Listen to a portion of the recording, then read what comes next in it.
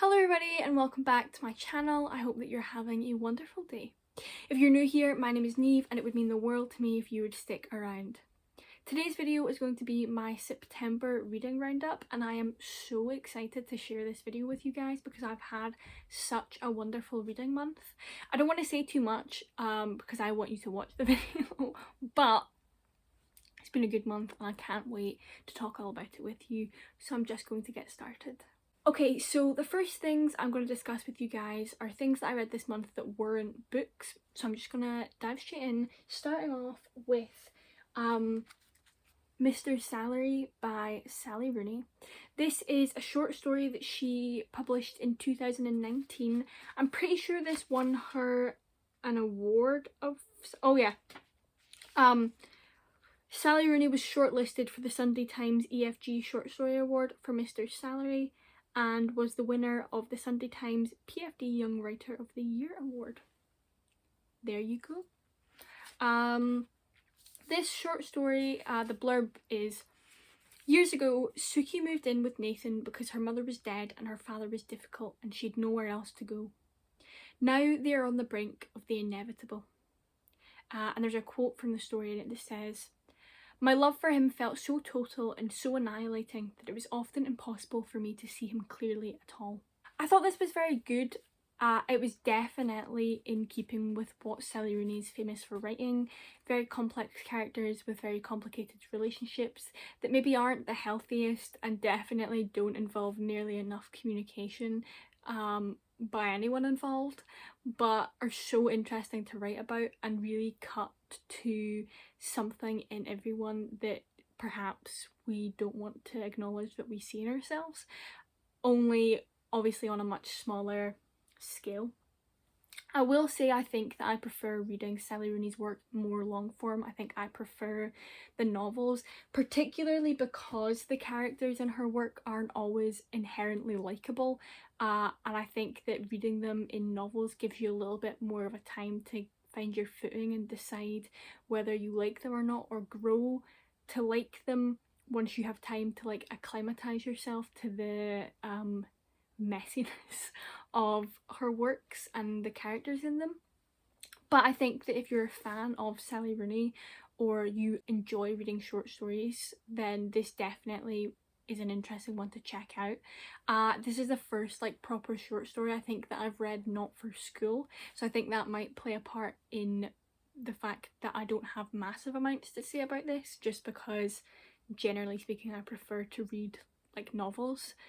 But I definitely think it's worth having a read, especially if you like Sally Rooney's novels and haven't read this yet. The next non-book that I read this month is a play, and that play is The Pillowman by Martin Mcdonough, which I've mentioned and discussed many times on this channel. I think that this is spectacular. I think Martin Mcdonough is so fascinating, and I particularly love the way he creates really complex characters who you're so intrigued by and so interested in, despite the fact that 9 times out of 10 they are fucking terrible human beings. And I think that, like, I think it's easy to make villains that people like, but I think it's very hard to make bad people that you're not meant to like, but that are still something worth investing in the story involving. And I just think he does it so well.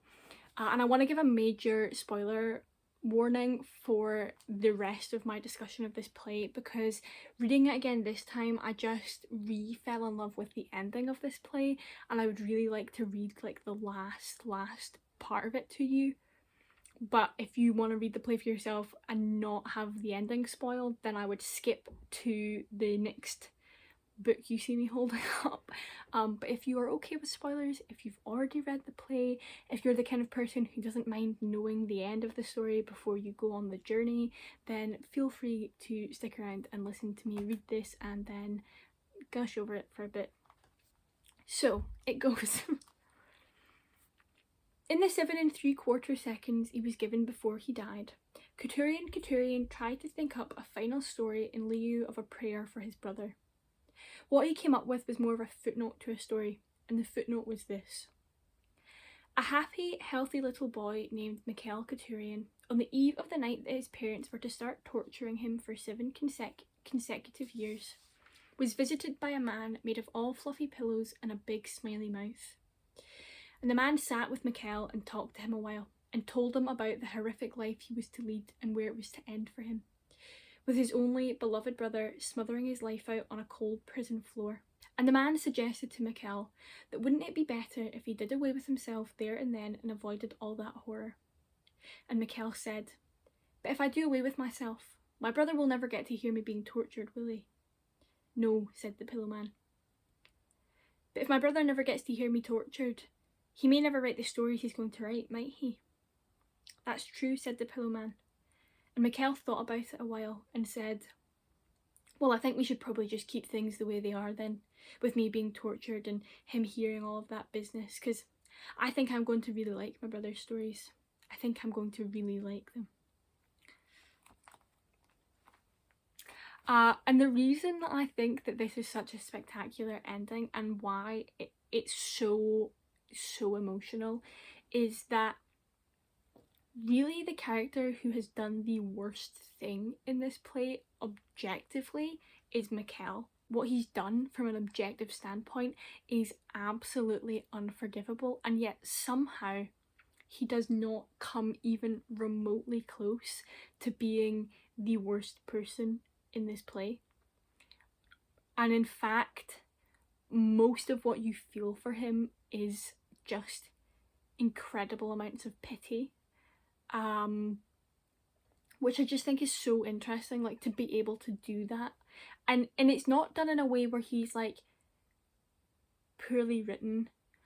I just think the dynamics in the play and the characters are so interesting and so complex, and you really get to see who is wrong and who is right, and there's an interesting discussion about what wrong and what right is. It's just such a good play with such a good ending. The first time I read this play and like got to that point at the end, and I am a loud, very ugly crier. I sat for half an hour in complete silence and sobbed, and then every time it came into my head for the rest of the day, I just burst into tears. It just had such a ridiculously strong impact on me.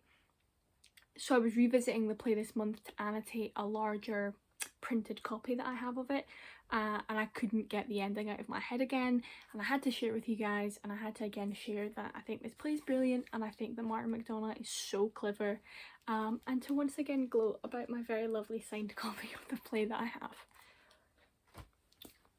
Moving on to actual novels.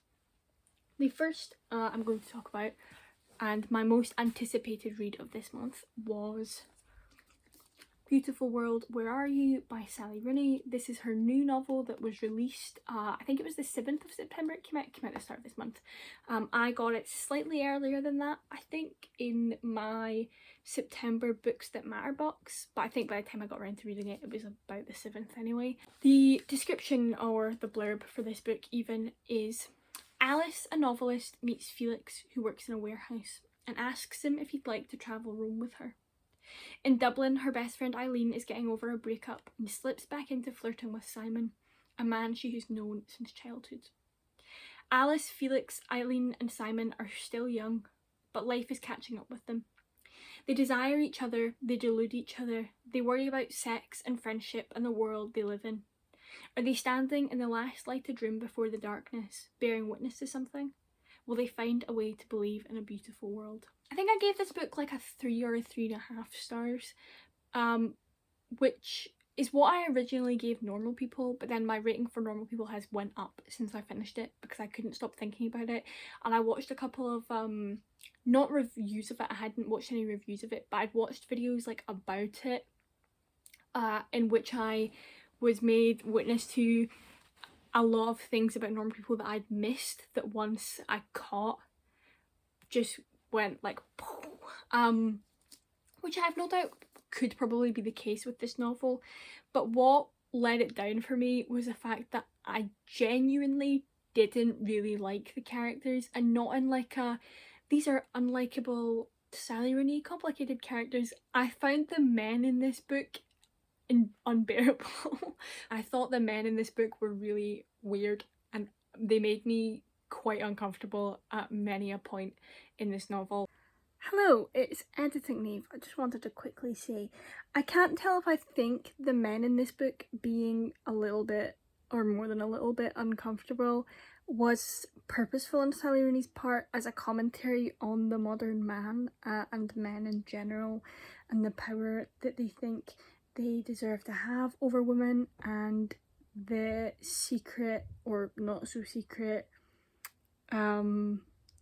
thoughts that they have about women and power, and the way that men often desire women in a way that makes women resemble children. I think that there probably was very valid points of commentary there that needed to be made and that I respect her for making. However, whether on purpose or not, and whether that was the impact to make a point or not, my point still stands that they really creeped me out. And I also found Eileen and Simon's relationship particularly uncomfortable at moments. Or, that's a lie, not their relationship, not that they were in a relationship or trying to enter a relationship, but the way they talked about their relationship just made me like really feel quite gross. Which is a shame because I actually really liked Eileen. She was probably my favourite character and I found her really interesting, and her the book is mostly written in third person, like from an outsider's perspective, and then there's like chapters with email correspondence between Alice and Eileen, and I found the third person like view of Eileen and her emails much more interesting than a lot of the other characters. But yeah, something about the way her and Simon talk to each other just really was like, ugh. I don't know if this is just like a me and my about men, but it was just it was not for me, unfortunately, that aspect. What I did really enjoy about this book is I felt like everything was so purposeful. Like I felt like there was nothing in this book that Sally Rooney did not know that she was doing with this book. The language felt purposeful.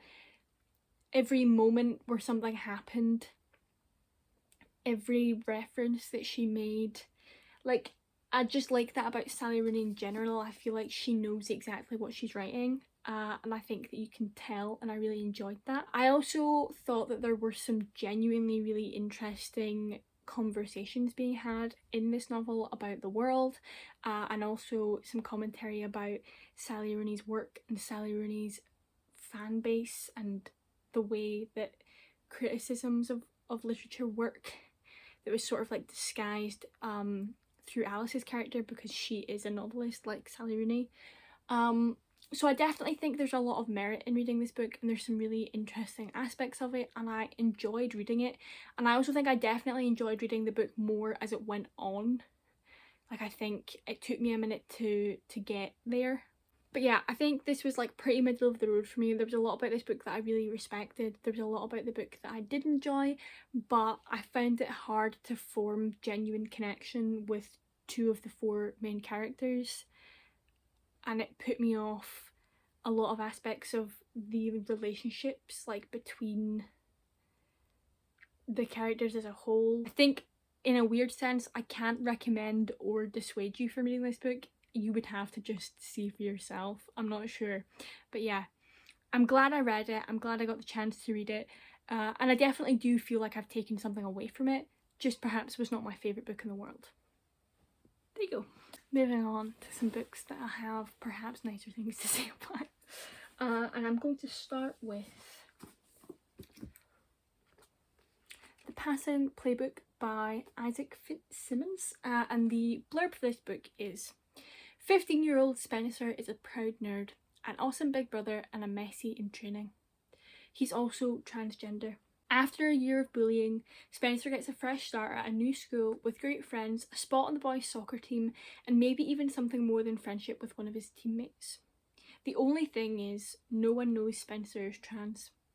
He's passing.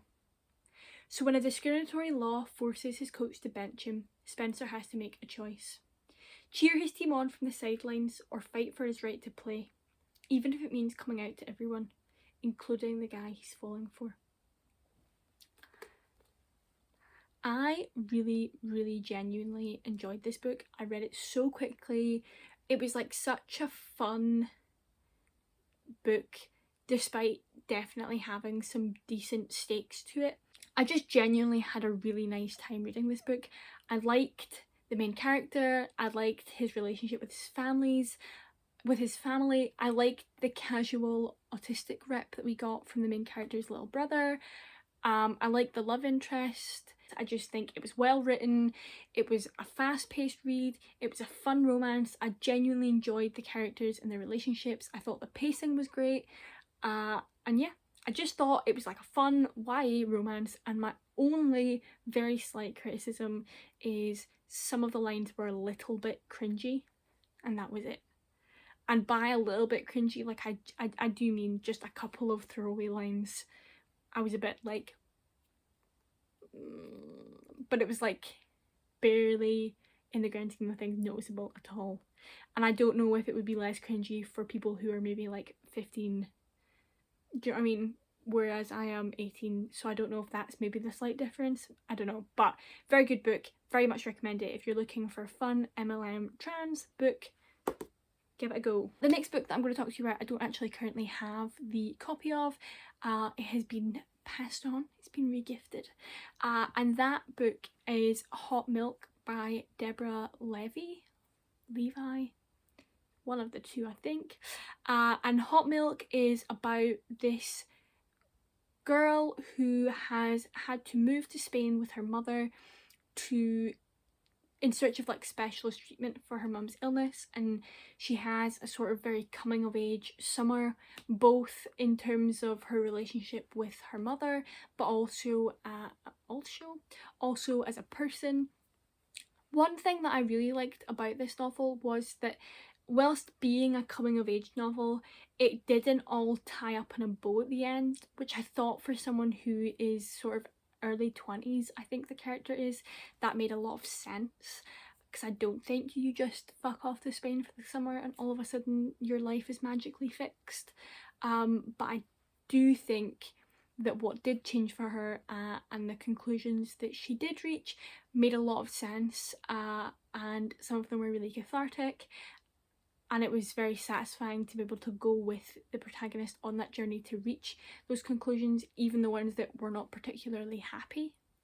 I also thought that the way the author described the protagonist's relationship with her mother was so interesting, because it's not positive really at all, but there does still seem to be some form of like genuine like affection and connection there, despite it never really being said in a positive way. I don't know how to explain it, but I just thought that was really interesting.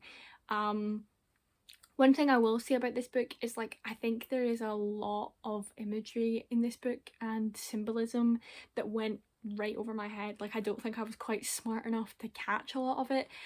So I think if you're someone who really likes to analyse the books that you read, this would be a very good read for you, because there's certainly a lot of language that I think means a lot more than it does at first glance. And I do not have the brains to have caught on to that, like caught on to what a lot of it means. So definitely if you're like an intellectual reader, maybe give this one a go. Definitely think if you're not, there's still a lot of joy and enjoyment to be found in this book, because I really liked it, but I think I would have liked it much more if I understood some more of the metaphors.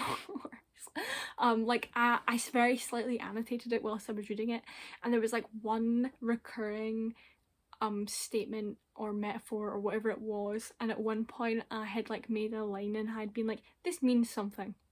I'm not smart enough to know what it means though, so yeah.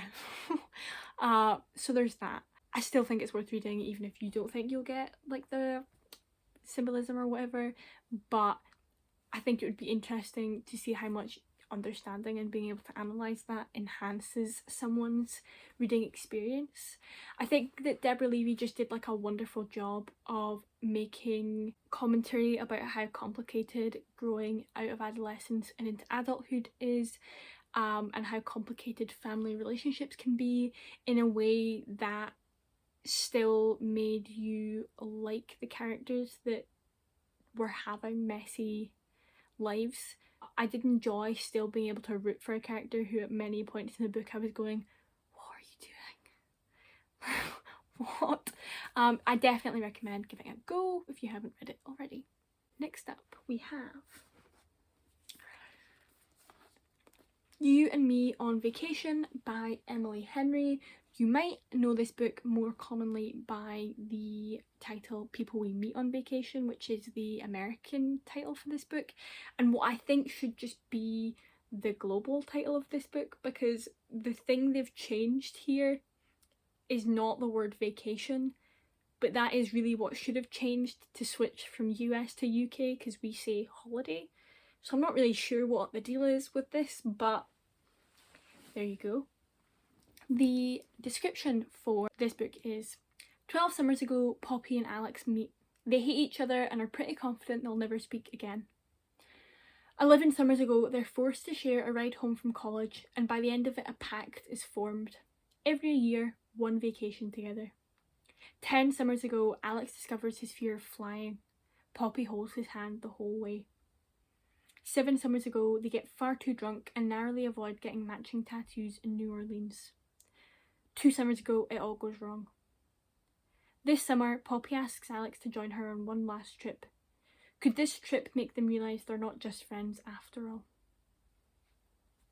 I love this book. This was like an easy 5 stars. I thought that this book was amazing. I absolutely devoured it, like in one sitting. I sat down at about 6 p.m. I was done by like 10. Like I just annihilated this book because it was so good, and the characters are so realistic and so lovable, and you just see so much of yourself in both of them that it is impossible to not get so invested in their story. Just genuine, unfiltered praise for Emily Henry for writing this book. I think it's amazing.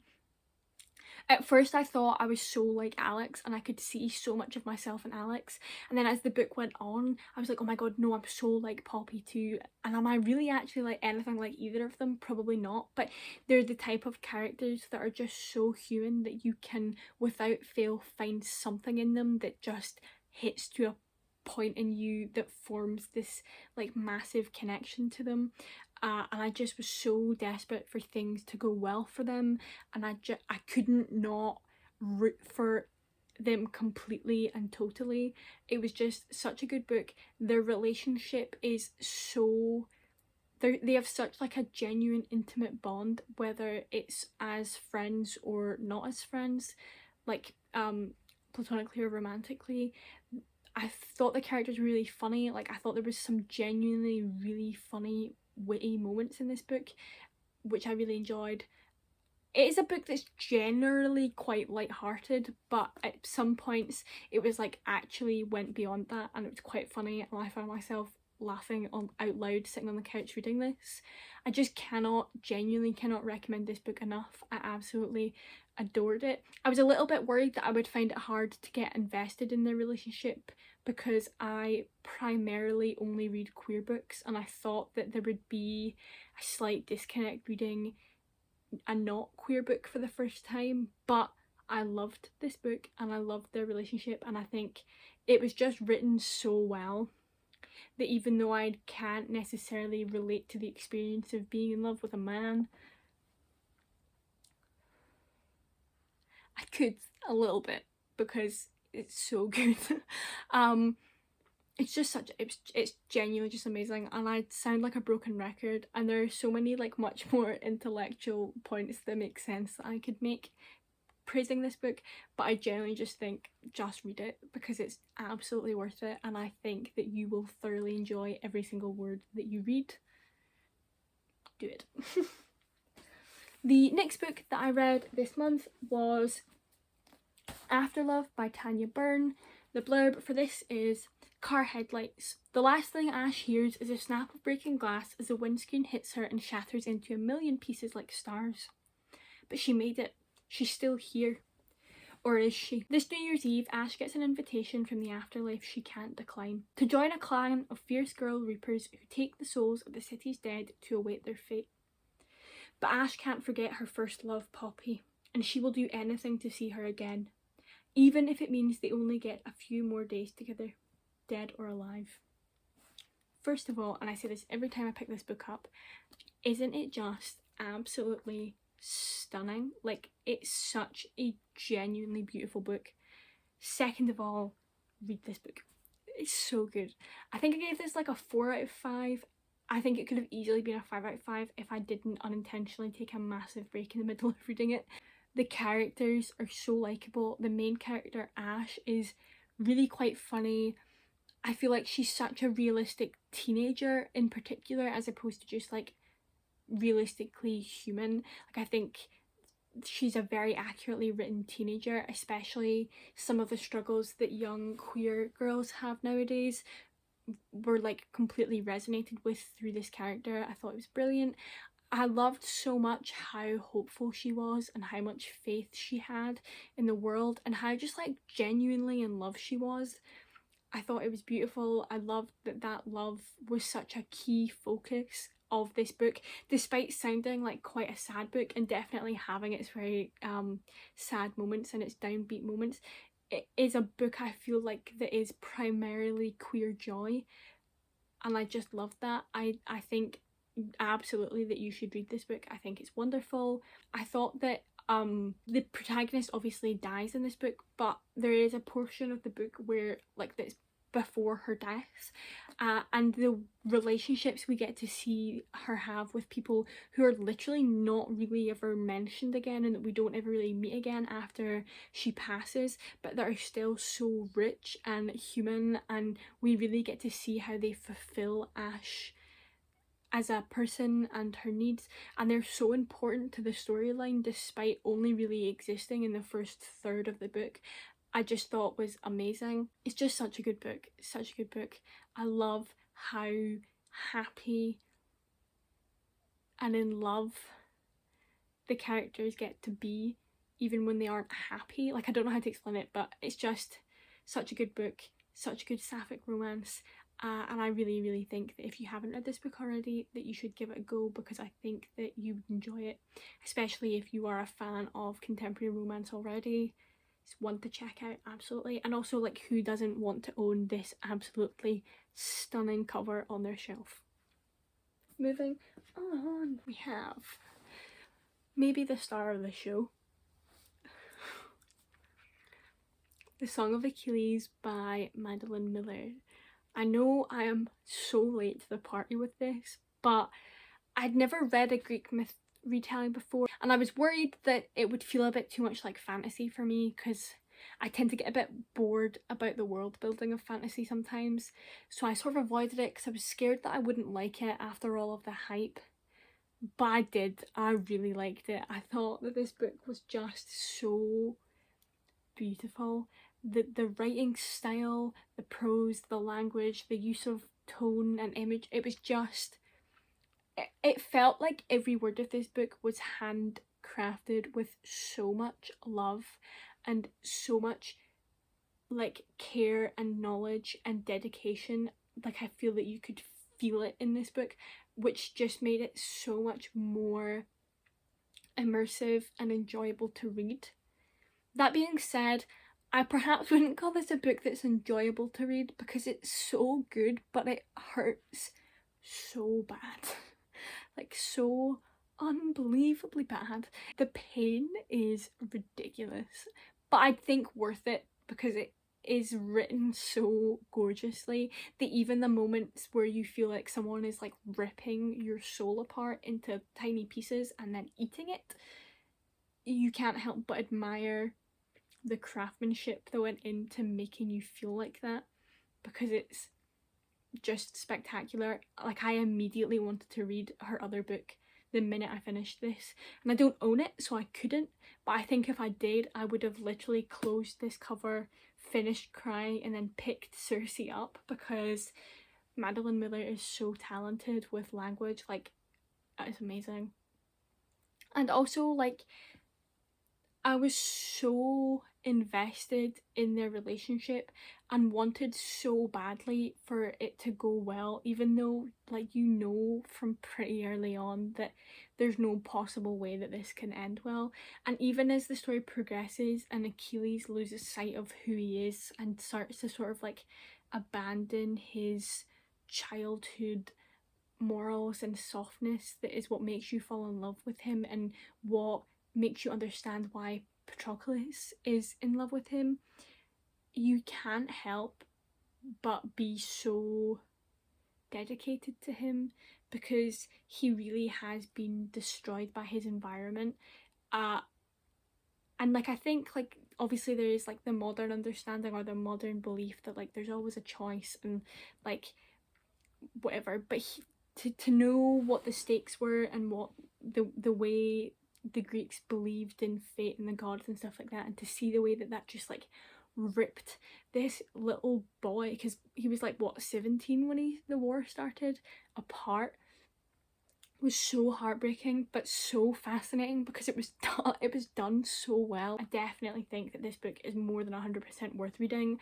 I love it. I think that I would like to reread it because I was so immersed that I never even like dog-eared a page, nothing. I could not put this book down. And then in the end I was crying too hard to remember to highlight or annotate or anything. So I would like to read this book again and annotate it because I think it's beautiful and I cannot genuinely recommend this book enough. Read it.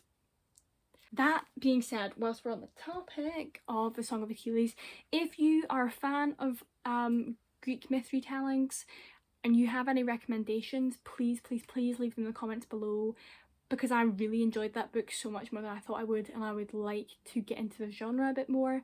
I have plans to read Madeline Miller's other book, which I think is called Circe.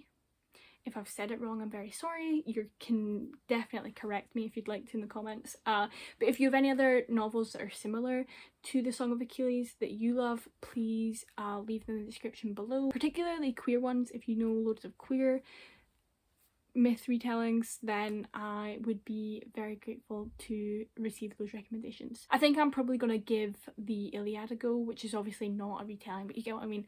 I think that it's probably a good place to start if I want to do the whole Greek myth thing, but modern retellings probably wouldn't be a bad place to have a look as well. So yeah, those are all of the books that I have started and finished this month, or at least finished this month. I started After Love in August and then took a bit of a break.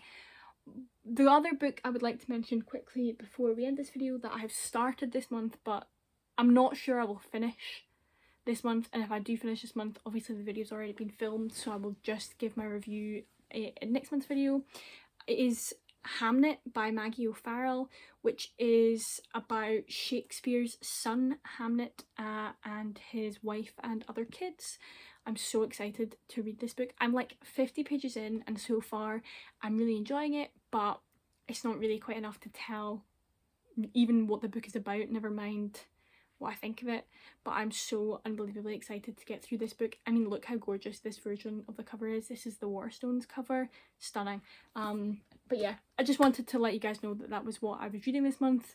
Hopefully I'll finish it before the month is over, because I've been reading a lot on the way to and from work. But if not, or irregardless of that fact anyway, it will be reviewed in my October video. Thank you very much for watching this video. I hope that you enjoyed it. Let me know in the comments what you read this month, what your favourite read of the month was. Give me some recommendations. I really like to hear from you guys in the comments, and I especially love getting book recommendations. I hope that you have had a wonderful day. I hope that you had a wonderful September, and I will see you next week. Bye.